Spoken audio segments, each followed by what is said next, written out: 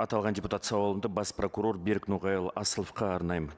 Енді барлықтарыңызға белгілі, жер аманаты республика жер комиссиясы президентіміз Қасым-Жомарт Кемелұлы Тоқаевтың тапсырмасы бойынша заңсыз берілген және игерілмеген жерлер мемлекетке қайтару үшін құрылған.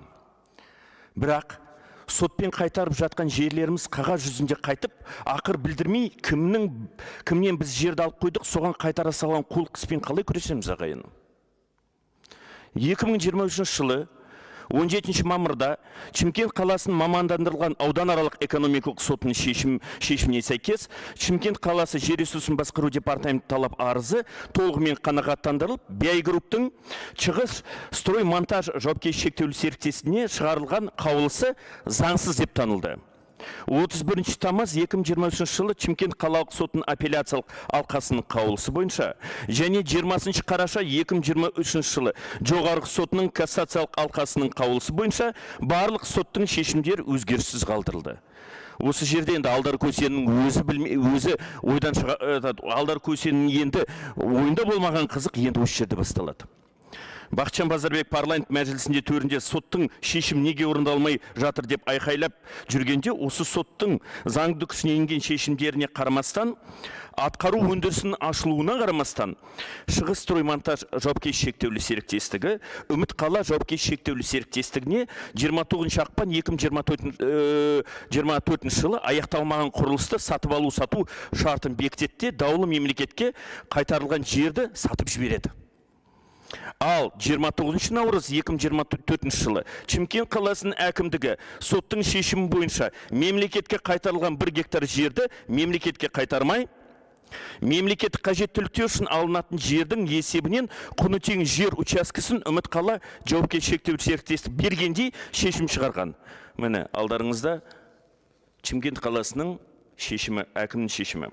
Артынша, Шымкент қаласының әкімдігінің 29 наурыз 2024 жылы қаулысы бойынша Үміт қала кәсіпорын мемлекеттік қажеттіліктер үшін алынатын жердің есебінен құны тең жер учаскесі ретінде берілген жерге айырбастау шарты бекітіледі.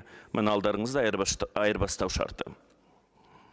Ал 1 сәуір 24 жылы жерді мемлекеттік қажеттіліктер үшін алу шарты бекітіледі толығымен. Міне. Мұны қалай түсінуге болады?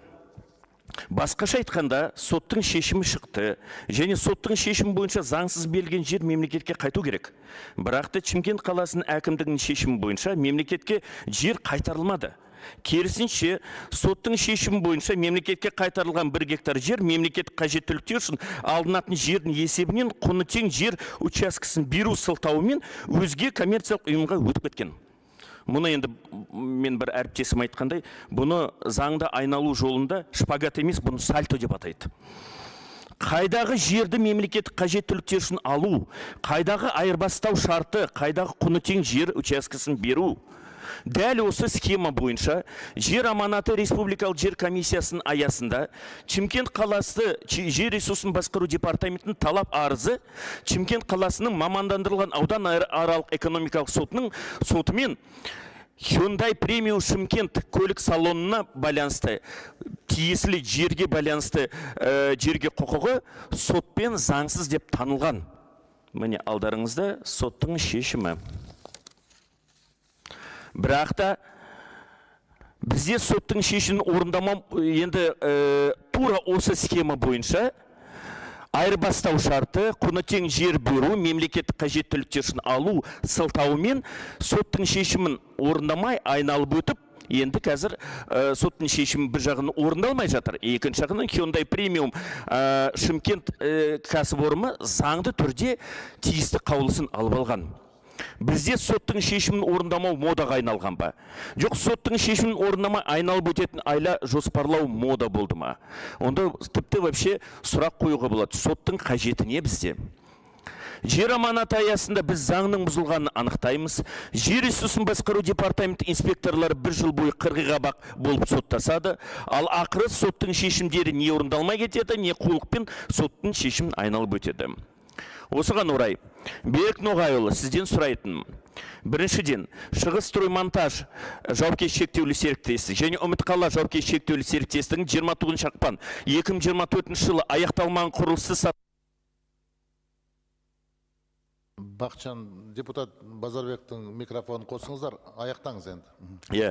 Сатып алу сату шарты және 29 наурыз Hyundai премиум Шымкент көлік салонының сатып алу айырбастау шартының және тиісті Шымкент қаласы әкімдің шешімінің заңдылығын тексеруіңізді сұраймын. Екіншіден, заң бұзушылықтар анықталған жағдайларда аталған шешімдер мен шарттар дереу бұзу туралы ұсыныс енгізуіңізді сұраймын. Үшіншіден, заңды күшіне енген соттардың шешімдерін орындалуын қадағалауға алуыңызды сұраймын. Рахмет.